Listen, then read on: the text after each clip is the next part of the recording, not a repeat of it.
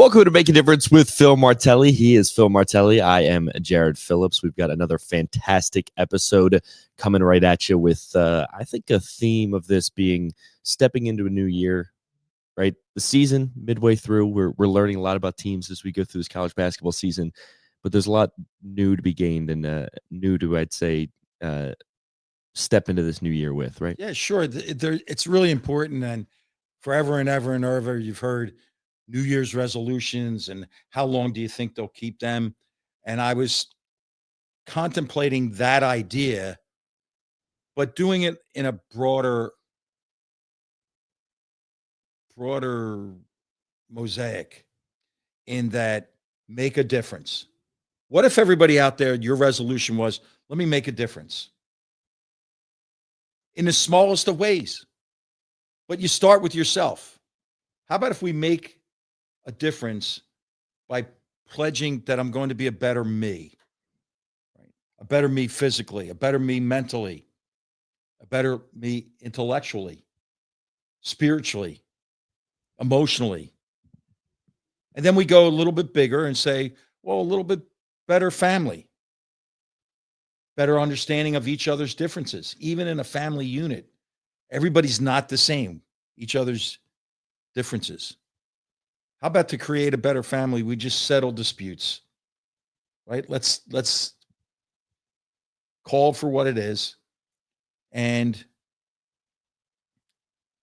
we take care of each other's feelings by just settling a dispute. And a better family. Express love. Express love. Now we go a little bit bigger, a better community.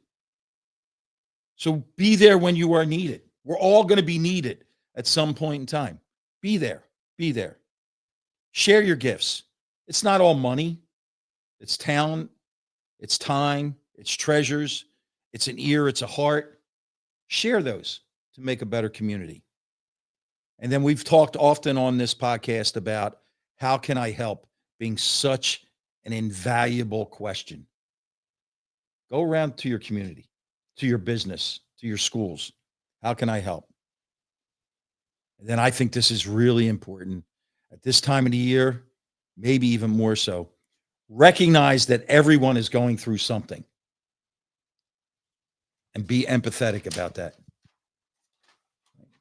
But let's start with that idea. Challenge. Go make a difference to yourself, to your family, to your community, and to this world. Make a difference.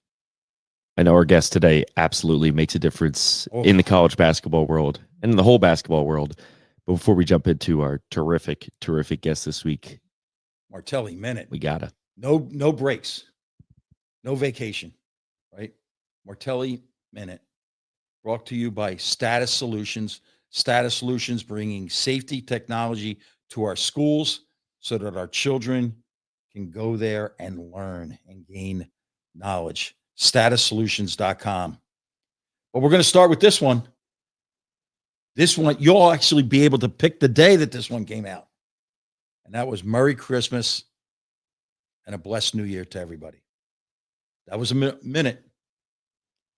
Quit chasing the next great thing. Embrace with joy that which you have. In times of stress and challenge, stay the course. No better feeling than beating the odds.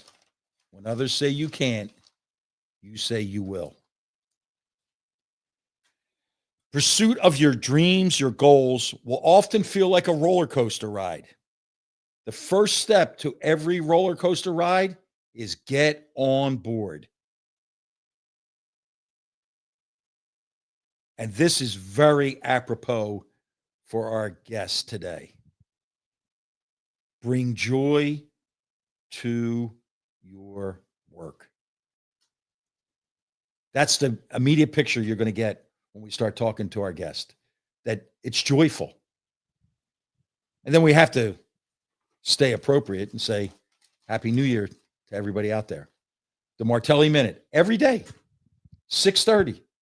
Instagram, Phil_Martelli, brought to you by Status Solutions. And we're not changing. 6:30. That message will be out there. You've got it down pat. We're trying the best. Kind of we an can. Instagram expert at this point. I am an Instagram expert. But talk about an expert.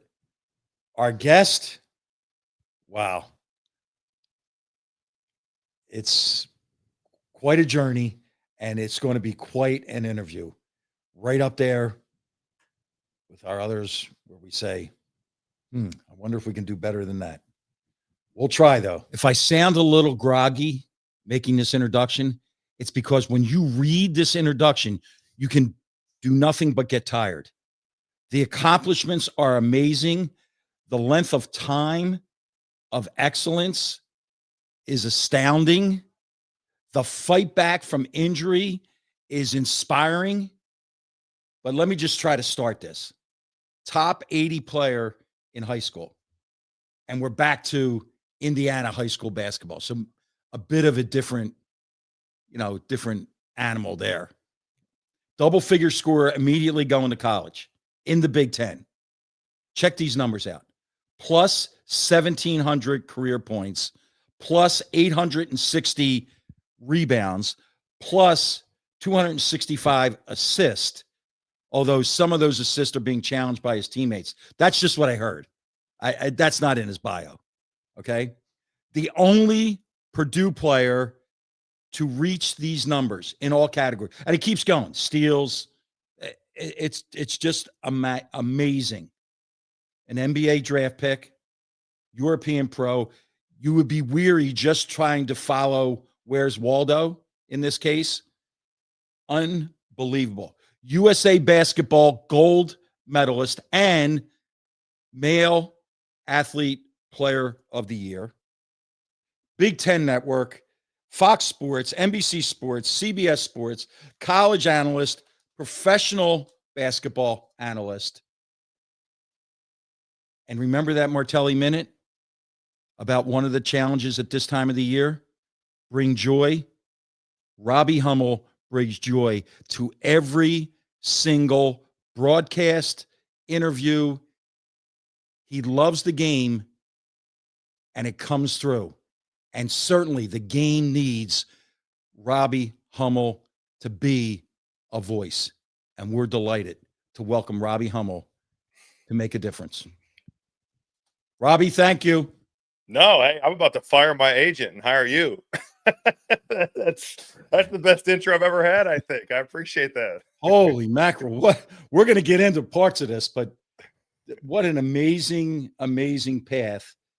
And I do mean this. The fact that you do it with such joy and it comes through the broadcast, and man, I hope in my opportunities to broadcast that I can bring the same joy, even when you are criticizing, right? Like you're not Pollyanna there. Like when you're making a point, you can feel it's the excitement of making that point in the hopes that that team, that coach, that player can get better. Well, Would that be accurate? Yeah, I appreciate you saying that. I just think that if you appreciate good basketball and you love the game, and I've always felt that way, right? Like from the time that I was a little kid, and it goes back to being a ball boy for Homer Drew and growing up in Valparaiso, Indiana with Bryce Drew, taking our high school team when I was 5 or 6 years old to the state championship game. And then obviously what he was able to do at VU for our community, and I know that you understand what it's like to take a school like St. Joe's to the Final Four. Well, for Valpo to go to the Sweet 16, it was just the biggest thing that was going on in our community. And it definitely has shaped my life. And, I look at all the positive things that basketball has given me, whether it's a free education or it's traveling the world or it's, being able to make a living talking or playing a game that you play as a kid, right? Like I am so incredibly fortunate for all of those things. But I also think, Coach, that I understand that when you're doing a game, man, you owe it to those players, you owe it to the coaches, you owe it to yourself to dive in and watch tape and prepare to do a good job. And I'm very aware that I am so fortunate to sit courtside, whether it's at NBA games, whether it's at Big Ten basketball games, Big East games, whatever conference. I have the best seat in the house. I get to watch basketball. I talk about basketball, and I don't have to get a 9 to 5. Like that is not lost on me. I am very, very fortunate. I- Is there a wow moment where you said you said 5 or 6 years old and states and those kind of things, but when it really grabbed your heart, do you remember that moment when you said this is something that I have to do? I think honestly, I think it was right shot against Ole Miss. Just I could tell you who I was standing with, what I was holding, where I was at. When Bryce made the shot, and I was in third grade, and I was fortunate enough that we were changing classrooms, and my elementary school was like an L. It was shaped like an L, and as you walk to like the point of the L that was kind of like here, that's a great description. My principal was standing there in front of a TV, and we yelled down to him like, "What's the score?" Because they weren't letting us watch it in the classroom. And he was like, "We're down by 2. There's 2.5 seconds left." So I saw Bryce as a third grader in school make this shot, and it was like the euphoria, right? And then everything that came along with it, where like CBS is now in Valpo, and they're doing all Right. these shows. I will say they made us look like a bunch of hillbillies. Look like it was this farm. And I mean, and not that Valpo is like this massive urban sprawl, but it's basically part of the greater Chicagoland area. Like my dad commuted into the city. It's 55 minutes to downtown Chicago. He did that for 25 years. So a lot of people are commuting to Chicago. It's on Central Time because of that reason. There are farms. I will say that. Like there's plenty of farmland in Porter County, Indiana, but it is more of like a town, like it. Mhm.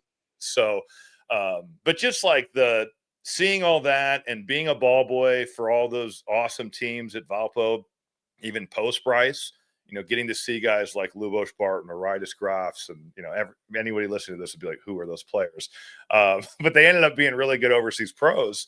It just getting to see that and going to my high school my high school's basketball games and going to Homer Drew's camps and my high school coaches camps growing up, like in Indiana, this is kind of what we do, right? Yes. Like not Yes. going on, so you go to the high school game. If you grew up in Valpo, you went to VU's games. Like it was just a big part of our community, and it was a huge part of my upbringing. But I think when Valpo went to the Sweet 16 and ended up losing to Rhode Island, that's when I got the itch. I really did. The You burst on the scenes at Purdue, right? Double figure score. Now your sophomore year, the double figures again, and you're starting to be a name on all of these lists. And then this injury.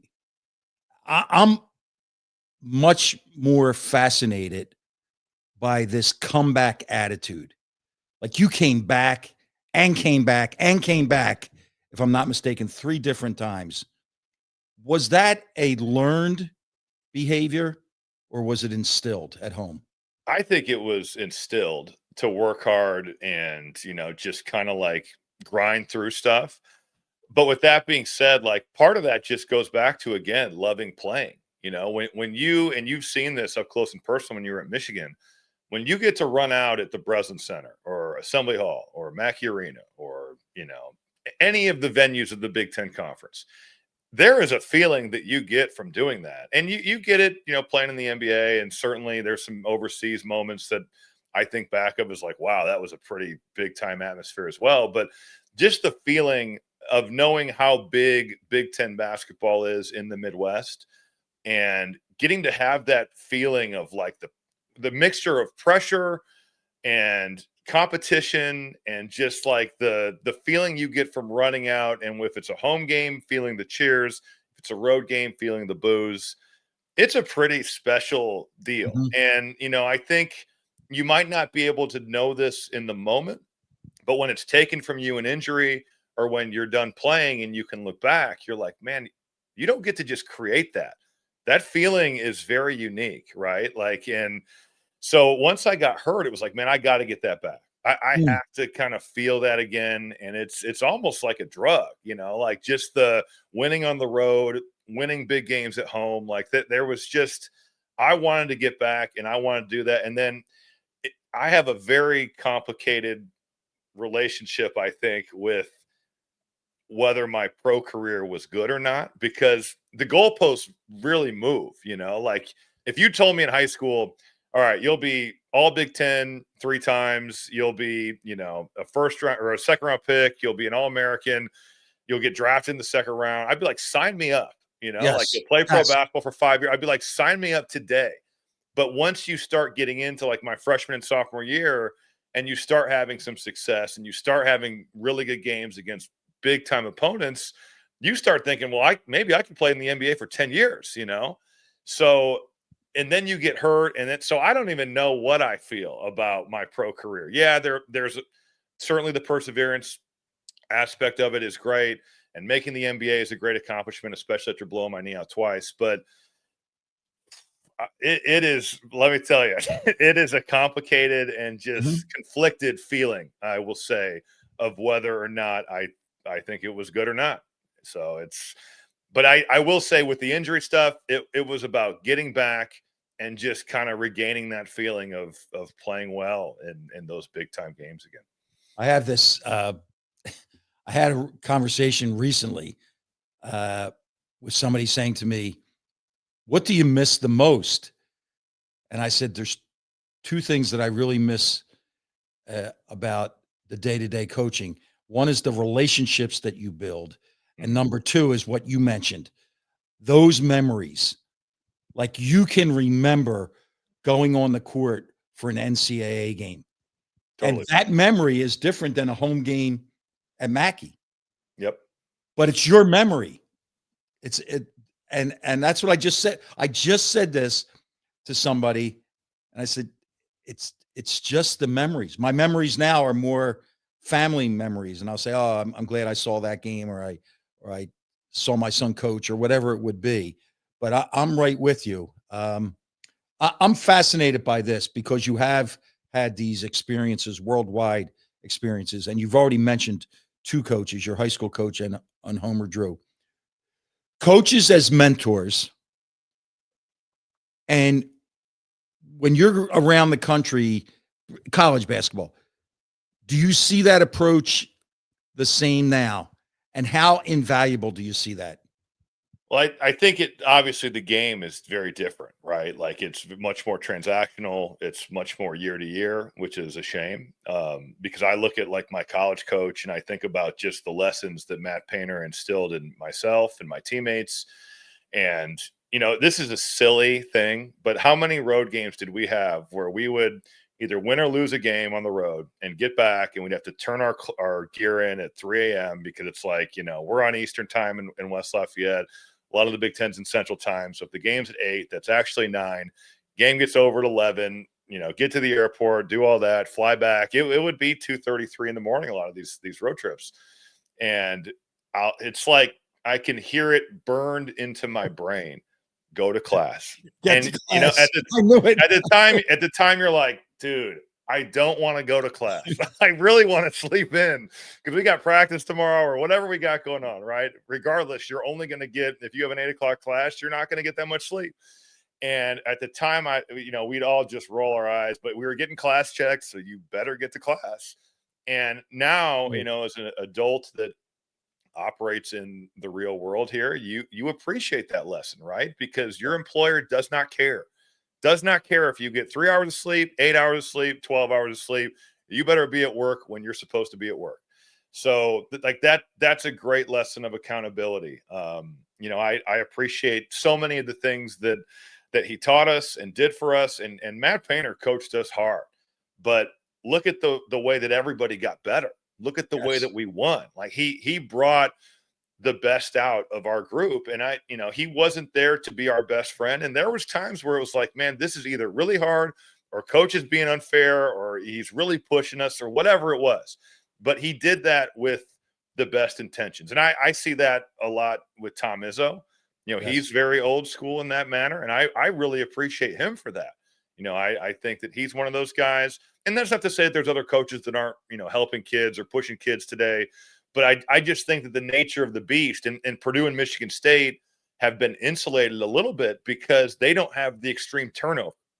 They have the same guys, at least for the last, 4 or 5 years. And I guess really for their eternity. But as college basketball over the last 4 or 5 years has become more year to year, they've stayed the same. But I do think that the role of college coaches, it totally should be that you are taking, boys and turning them to men. Yes. And yeah, there's a lot of winning along the way, you hope. And there's certainly the games, the practices, the basketball aspect.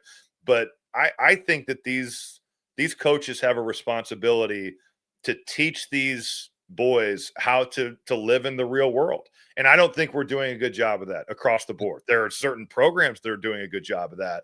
But even as simple as we should have a class that's like Life 101.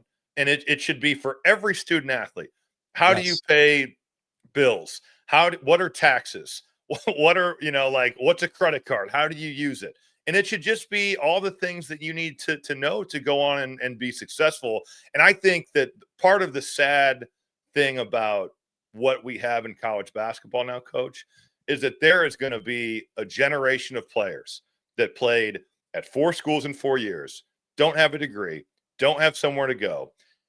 And just where do you go for help? What do you do when basketball stops? What is your job? How do you support your family?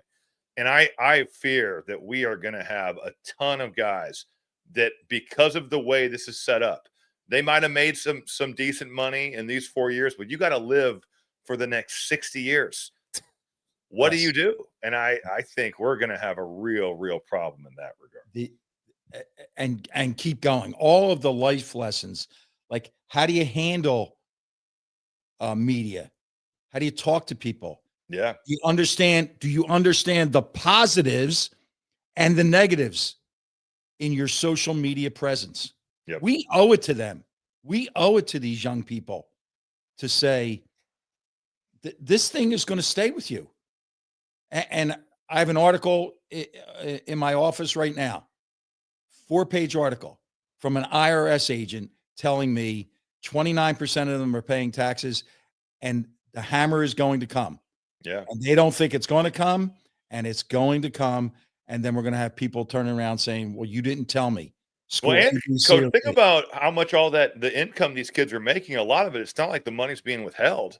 And then No. I walked out a shoot around last year with a player who's a good player, and I won't say the school and I won't say the player, but I walked out, and this kid got in $120,000 Range Rover.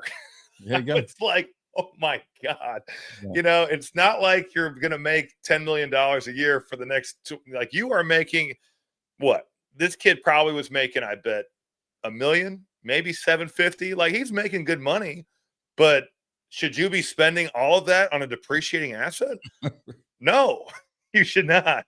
So it's just, that's going to be sad is what it is. So I like to now take it off of not off the court. Like let's not do all those things because we could be here for days and days and days.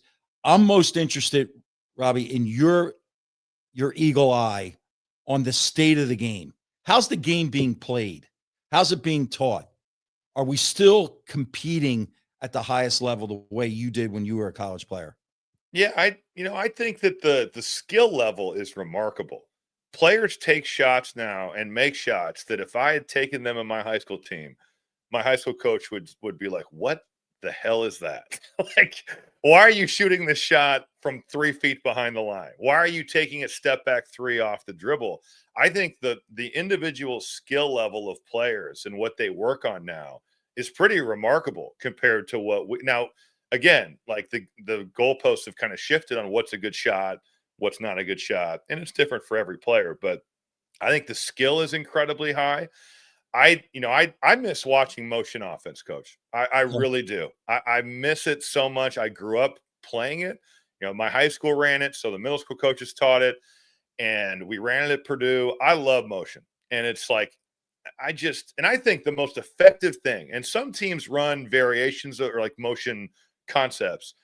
If I wanted a shot in college, go set a back screen And if your teammate cuts to the rim and cuts Yeah. hard, you probably get a pretty good look, or at least play off a closeout. So I think it's so much ball screen.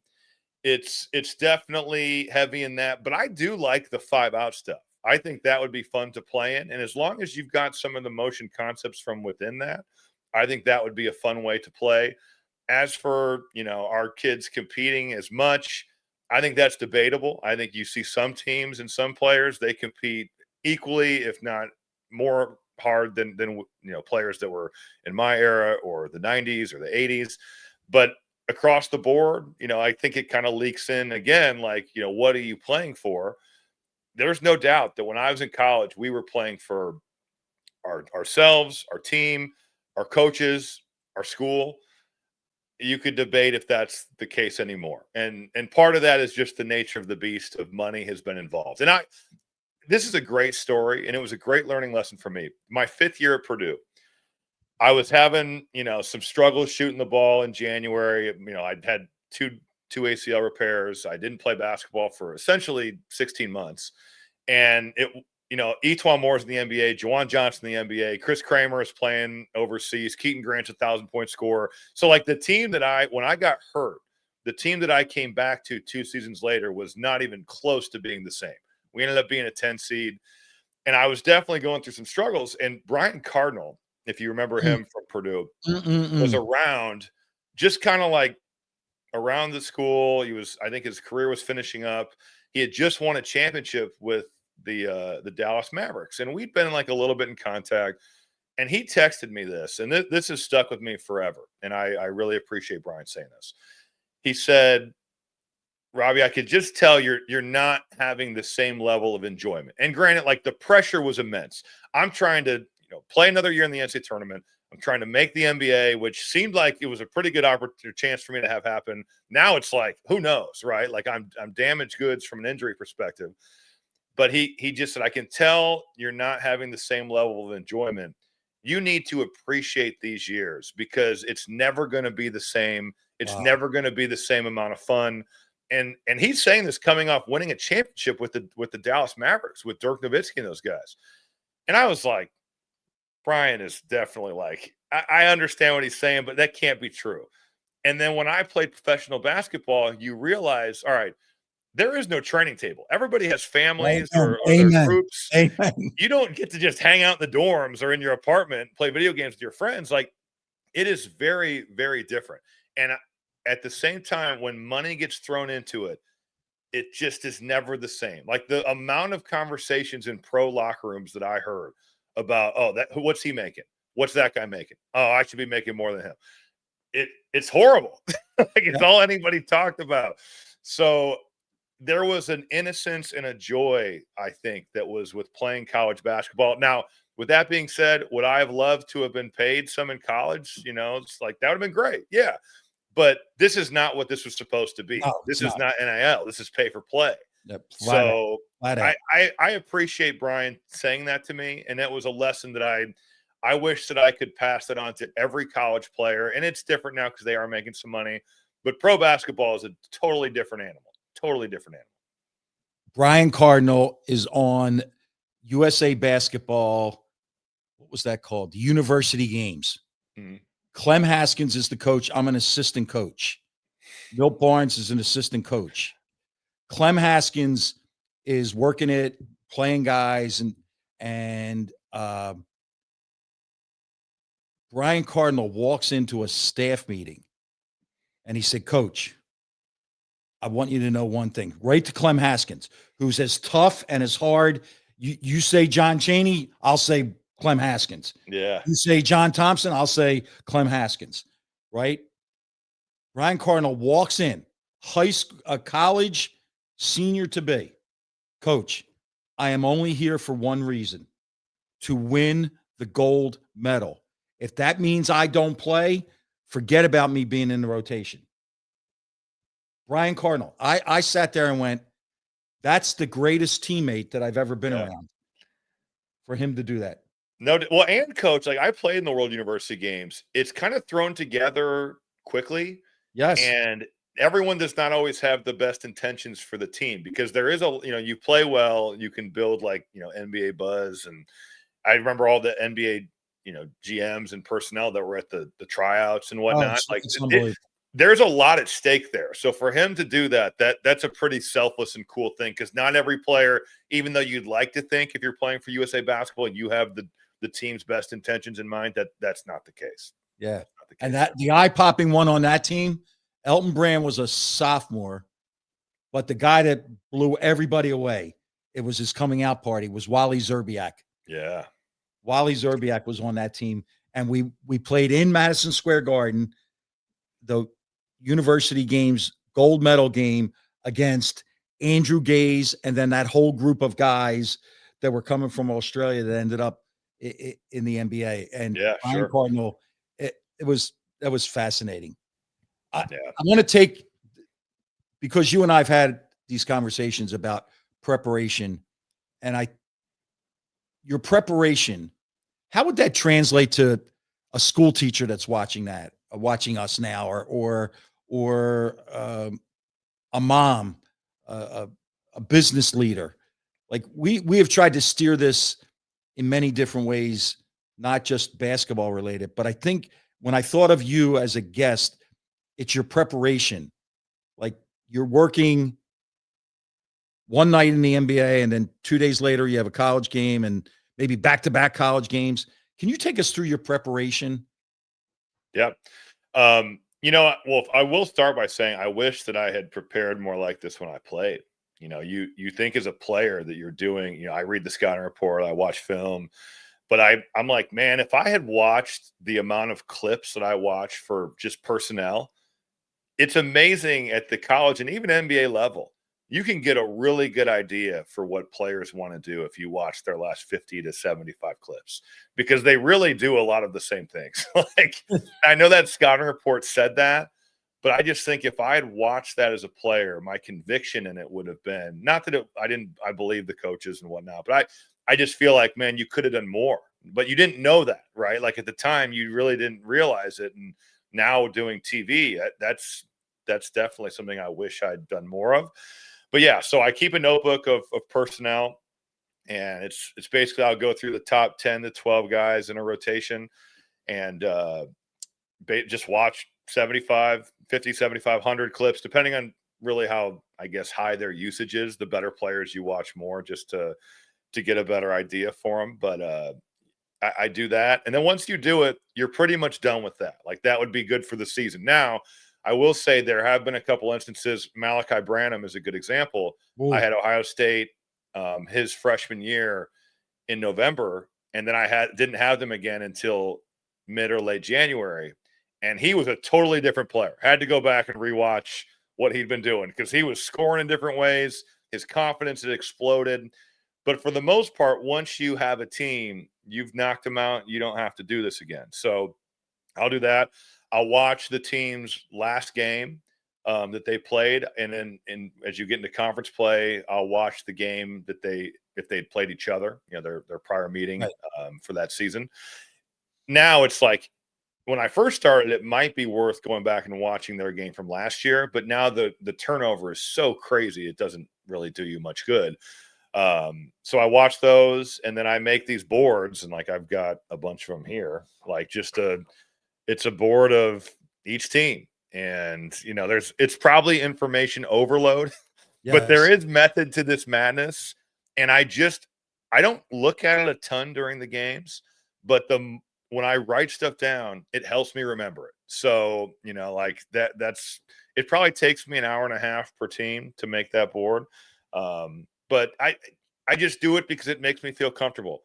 And if I feel comfortable, I feel like I do a good job. So, That preparation is just so invaluable. You sent me the boards.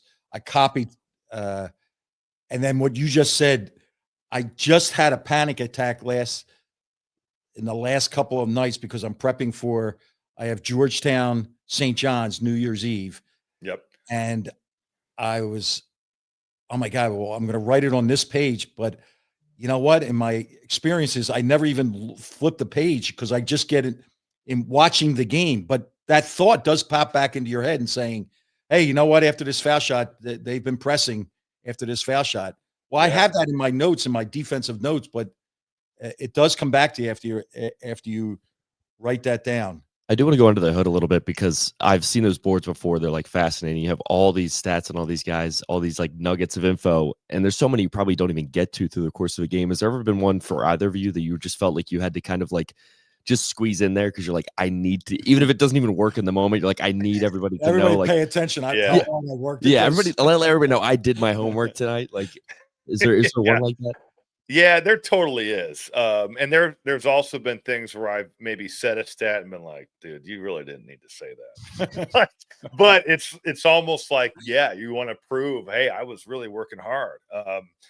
There's probably too many that I can think of, but I just think that I don't want to like bombard the viewer with numbers, but I do think that if there's a shot that's made or an offensive rebound that's gotten or a block shot, and you can like just supplement your point with like, man, that's his 14th offensive rebound in the last 3 games.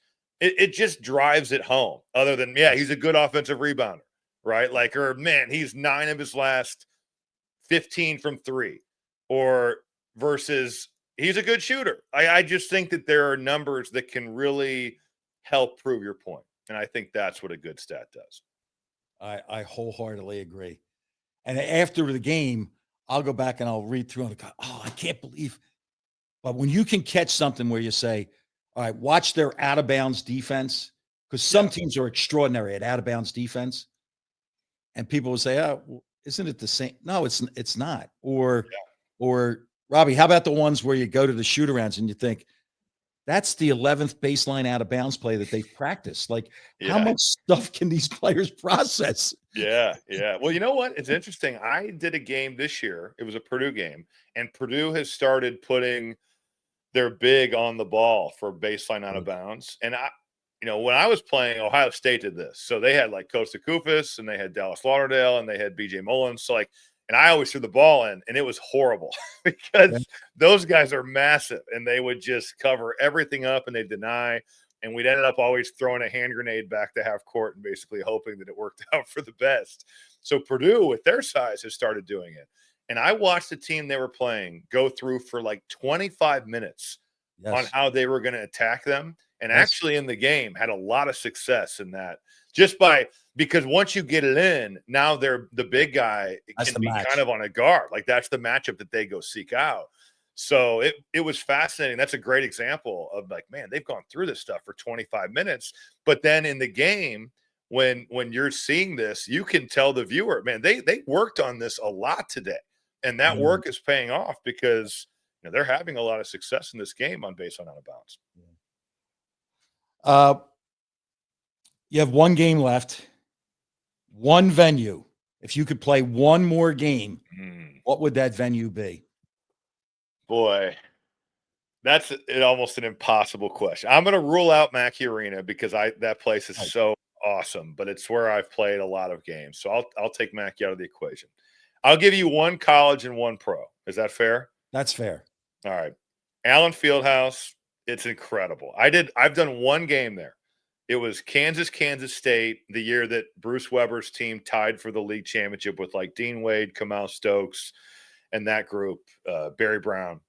And it was like late February, ESPN game. I think it was with Shoes and Billis and Holly Rowe were doing the game for TV. I was doing the game for Westwood One.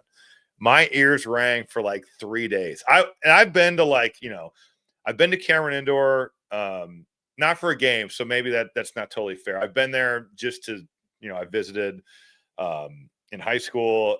I've been to obviously Mackey. I've been to Assembly Hall. I've been to the Breslin Center. I think Fog Allen is the best venue in college basketball. Just from that one game that I was at, it was the noise, the size, just the history. You look at the concourse; it's a freaking museum. Yes. They got the rules of basketball. I mean, it is for anyone that loves hoops. It's a bucket list place. So I'd say Allen Fieldhouse, and then the Garden, Madison Square Garden.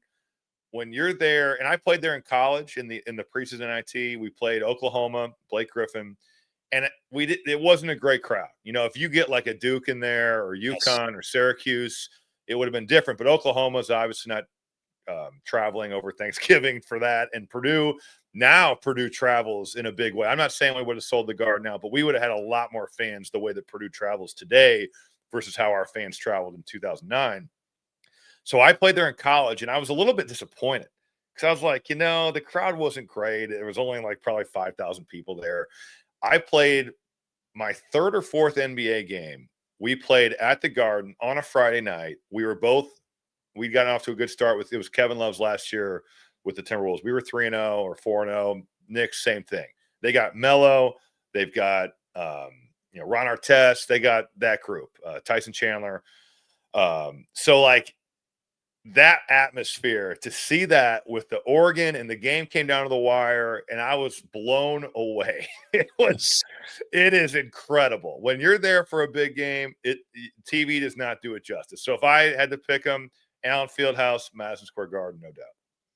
And then, so you covered it a little bit with Allen Fieldhouse, but is there a place that when you get your schedule, TV schedule, when you say, I can't wait to do a game here, is there any place that jumps out like that for you? I mean, Allen Fieldhouse totally would. I would say I love the Breslin Center. I just think it feels like a big game because Michigan State of what their program has been. So I would put that up there. I love Assembly Hall too. I think it's a great venue. It's unique. So many of these arenas now are cookie cutter. Right. Assembly Hall, some of those seats might be awful up in the top deck, but with the way it's built. But it is a cool and incredibly loud venue. So those two outside of Mackey, I would put those two up there. And I do so much Big Ten.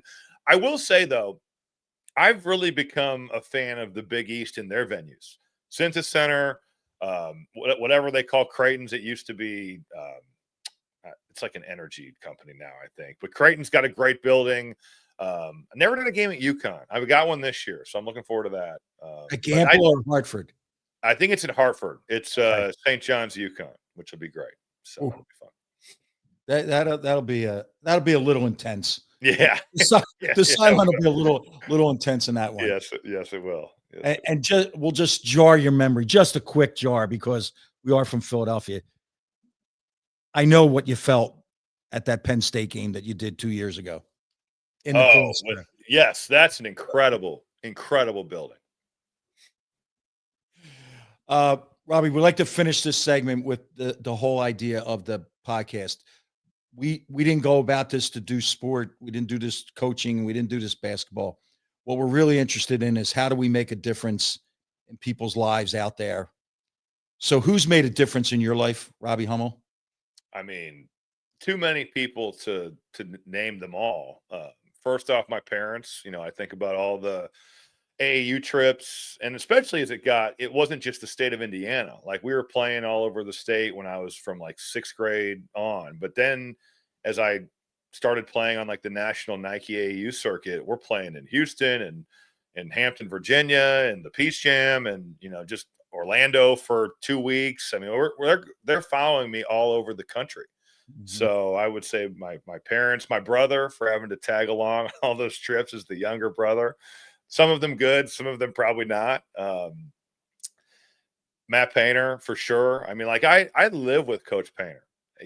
When I was playing for Giorgio Armani's team in Milan, I once again got hurt, dislocated my shoulder boxing out, and had to come home and have surgery. And he just reached out right away and goes, "Why don't you be a volunteer assistant, live at my house, and you can rehab for free," which saved me an immense amount of money. I just rehabbed at Purdue. I think about all the things that he's done for not just me, but also a ton of the other former players. And also just as a guy that you can lean on for advice, because he's got such a great view of basketball and, life. I think my high school coach, Bob Punter, my AU coach, Wayne Brum, countless teachers, like so many teachers at Valpo High School and at Purdue that were supportive and, pushed us to be better and try to be great. I think that's half the battle. Having the feeling that people believe in you, right? Like that, regardless of how the outcome of this turns out, like they're going to have your back and they're going to push you to be better the next day. That is invaluable. And then I would also say that the college assistants, Conzo Martin, Paul Lusk, Rick Ray, Jack Owens, Greg Gary. We had amazing assistant coaches at Purdue. We really did. Like, just guys that were great coaches, but also great people. I think the world of Paul Lusk. He recruited myself and Scott Martin probably the most in high school, along with Coach Painter. But just like, he's just an awesome person. He's a phenomenal basketball coach, elite defensive mind. But there was I always still joke that we played Duke in the Big Ten AC Challenge, and Kyle Singler just whooped my ass, which there's no shame in that. Like, Kyle was a beast. Yes. And John Shire had a great game, and they came into Mackey and they punked us out. And it actually helped us the next year, because I think it showed us, like, this is what an elite team is. And we were all sophomores, and the next year we end up with 4 top 10 wins before I blow my knee out, 2 on the road. So it's like, it did help us, but we had a film session, and Coach Painter was just ripping guys apart. And I remember calling Coach Lusk that night, and I needed to be built back up, and he did. I needed to hear that I wasn't the worst player on the team, because I felt like it, right? And part of that was just the way that Kyle Singler had just worn me out. I think I had the worst 16-point game you could ever have. Like, 12 of them were scoring the last like 4 minutes of the game. It was not a good show. Get in the book. Get in the book at that point, Robbie. That's right. I was getting my numbers at the end. But there's too many people to even name. But I will say I've been so fortunate, because when you look at someone that ends up having success in college basketball, or makes the pros, or ends up being good in whatever field they go to, so many people have helped them get there. Yes. And I am so fortunate for that. And I'll just finish with this. Thank you. Thank you. Thank you. You've made a difference on Make a Difference podcast, but I will say this to you. You have passed it forward. And for that, the whole game, and me personally, we're eternally grateful. So thank you. I appreciate you saying that. And you have done the same. You have done the same, Coach. So, Robbie, thanks so much for joining us. Appreciate you, man. No problem. I'm not one to pick favorites, but that's a guy that I spent pretty much most of my childhood, teenage years, or the peak moment of me just taking in hoops on TV every night. That was a guy I was watching pretty religiously. Those Purdue teams were incredible. And to see this second act of his career, the way he's given back to the game even more than it has given him, is awesome to see. It's what you want. We could do a whole nother segment on what kind of experiences he had playing internationally, including his last year playing in Moscow. He represented USA basketball 3-on-3, probably when it first broke in. And he was still getting buckets after buckets after buckets, enough to be called the male player of the year by USA Basketball. And he has a gift. You could feel it in his voice, in his responses, that he feels he's giving back to a game and to coaches and to family members who gave him so much. Robbie, we again salute you and we thank you. And we would be remiss if we did not say safe travels, because you have a hectic schedule from now until April. That's exactly right.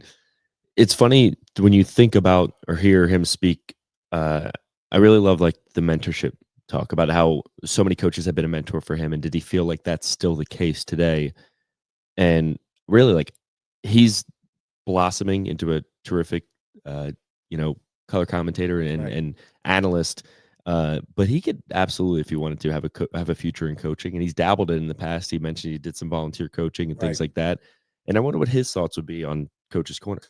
Coach's Corner. And now, remember, pre-Christmas, we said, shut it off, coaches. Family time.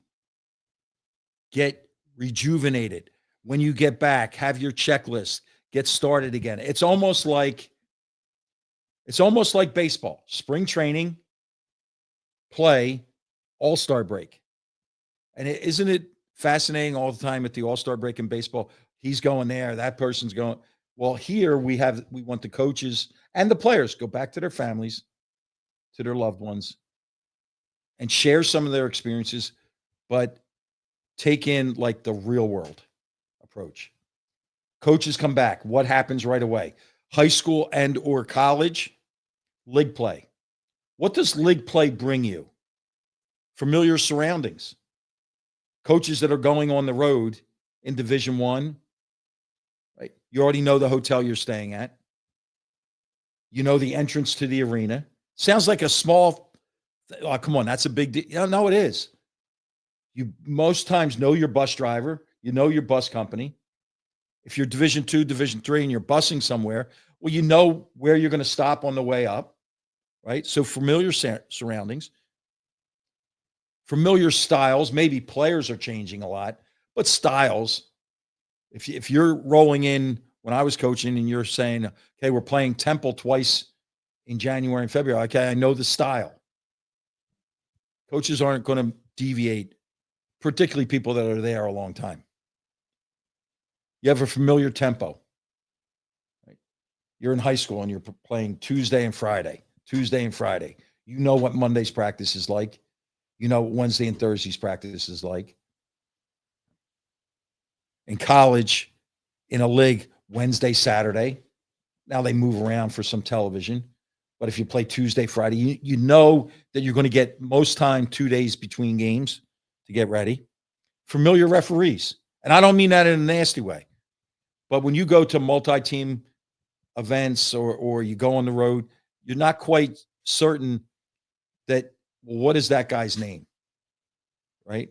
But here you have familiar referees. Your weeks become automatic. What's your day off? What's your day on?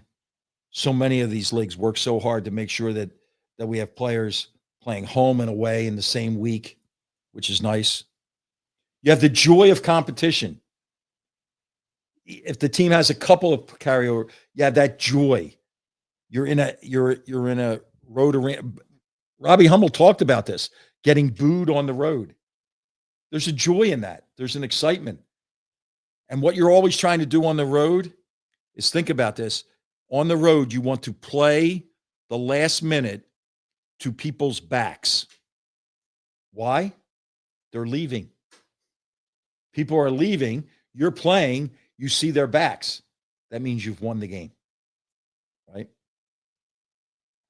Familiarity in scouting, right? And these preseason are, non-conference league. It can be tough scouting.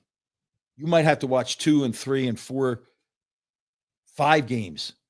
When you get in, you could go back to last year's game, although not for personnel with the changes, but you can go back to last year's game.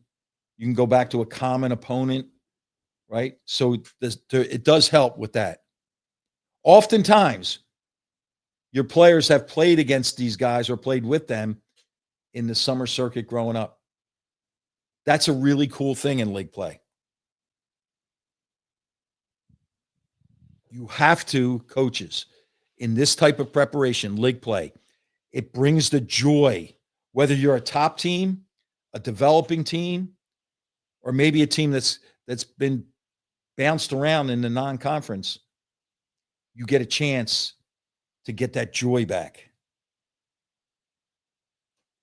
And to everybody out there, focus on daily improvement so that you're playing your best basketball in high school, late February and March, in college, March, hopefully into late March.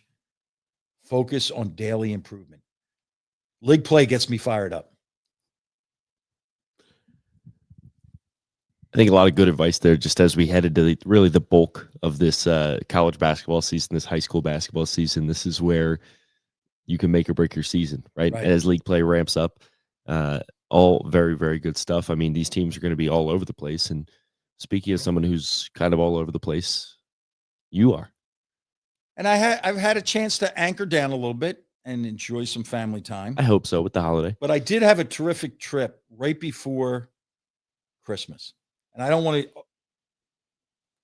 to, we wanted to tighten this up, but this trip was worth it. VCU American U on a Thursday night, rent a car, drive to Georgetown to watch Georgetown practice. The next day, Xavier and Georgetown shoot around, and then a Xavier Georgetown game on a Saturday night. Fascinating game. Xavier comes in having lost at home by 41 to Creighton, and they end up winning the game.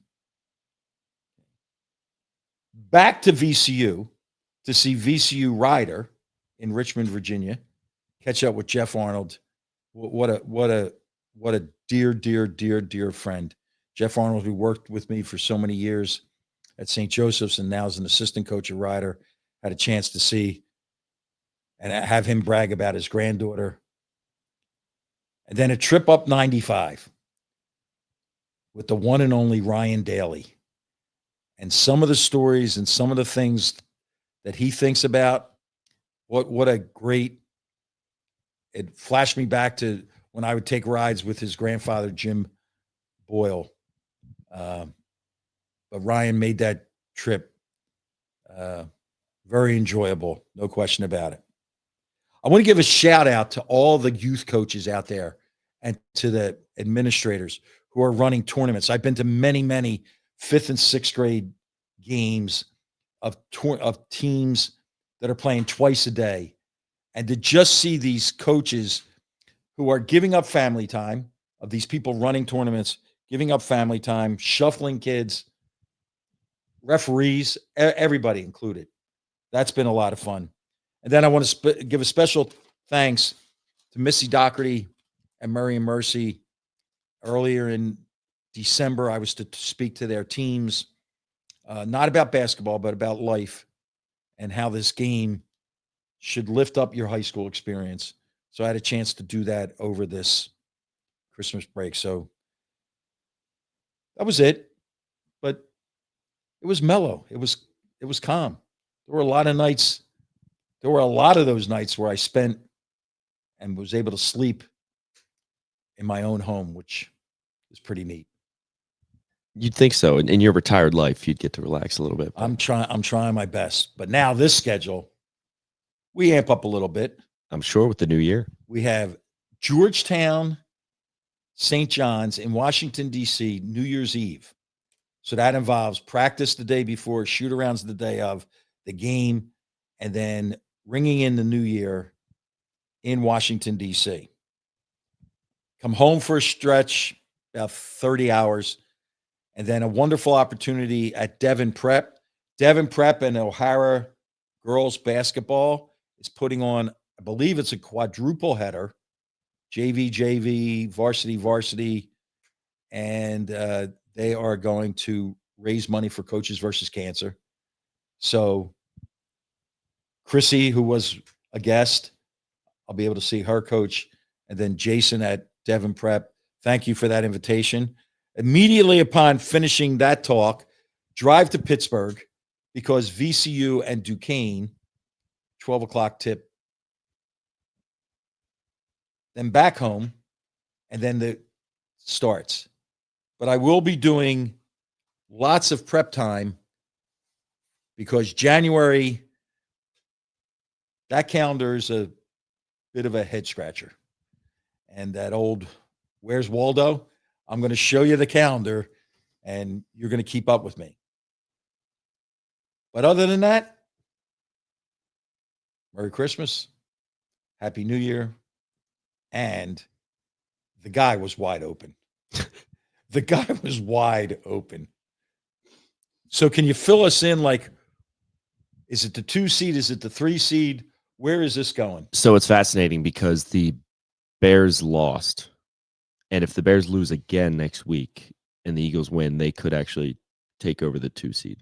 There may be something else that needs to happen, but it's very possible for them to take over the 2 seed, which I pray that they can do because it's becoming increasingly likely that they could get the Rams at home in the first round, who was, for my money, they look like the most complete, the best team in the league. I just don't think you can waste this defense. Like, you just have to go into that offensive meeting room and just say, figure it out. Just figure it out. Get us 20 points and we'll go back to the Super Bowl. Like they look unbelievable. They look unbelievable. And yeah, he was wide open. I mean, they just got lucky. That's really all it was. I mean, we'll see how they play this last week. I'm sure that if they have a chance to improve their seeding and give themselves potential for home field through the playoffs, if the Seahawks can stumble at some point in the playoff run, then they need it. So we'll see. I do have a football question because I don't know the answer to this. Who's the quarterback for Seattle? Sam Darnold. And he's having like an MVP type year? No, I mean Or he's having a good year. manager? He's more of a game man. He's played well. He was drafted by the Jets years ago and frankly had some talent, but your quarterback drafted by the Jets is just not a really great chance to succeed there. And he bounced around a few years and then got to Minnesota and had a good year with Minnesota, took him to the playoffs. He stumbled badly in the playoffs and they moved on from him and moved on with JJ McCarthy, which is looking like that might have been a mistake, but I guess time will tell. He's young. And so the Seahawks moved on from Geno Smith, got Sam Darnold. And I saw an insane stat that the only quarterbacks who have had back-to-back seasons with 13-plus wins are Sam Darnold, Tom Brady, Aaron Rodgers, Brett Favre, and Peyton Manning. So it's Okay. it's pretty good company. All right. Yeah. I'm glad I asked. I'm glad that, in case somebody asks me a question about something I don't know about, I can always answer with Sam Darnold. And somehow just absolutely elite companies. But again, he's a player that doesn't really have a proven track record of playoff success. So they don't scare me like the Rams do. Okay. Yeah. All right. And then the VCU Rams, New Year's Eve afternoon, 2:00 game at home versus St. Bonaventure, followed by a road trip to Duquesne. And they had themselves in a position with a Ken Palm and a Ned in the 50s. So going to be a great, great winter of hoops in the A-10 in Richmond, Virginia. Looking forward to seeing many of those games. Absolutely. Go Rams and go Birds. But I do have to say our thanks again to Robbie Hummel. We have a terrific guest coming up next week as well, who has kind of made a bit of a career about talking about the Birds. So there's a good chance that comes up at some point there. Definitely stick around for our next week's guest because that should be a very, very entertaining one. That's a lifelong entertainer right there. A lifelong entertainer. That's a perfect description. Yeah, that's exactly right. And if you're looking to help Phil make a difference in any way, that's on the court, off the court, in the workplace, in the classroom, wherever that may be, head on over to pnjmakeadifference.com. That is where you can tell Phil your story and he can help make a difference. We are at Make a Difference Pod on Instagram, TikTok, and YouTube, at Make a Diff Pod on X, Make a Difference with Phil Martelli on Facebook. If you are watching on YouTube, feel free to like and subscribe. If you are listening on Spotify, Apple, wherever you get your podcasts, we would greatly, greatly appreciate that 5-star rating. If you're looking for that Martelli Minute, that's every morning at 6:30 on Instagram at Phil_Martelli. Our thanks again to the terrific, terrific Robbie Hummel. And one more time, go Birds, go Rams. Go Birds, go Rams. Happy New Year.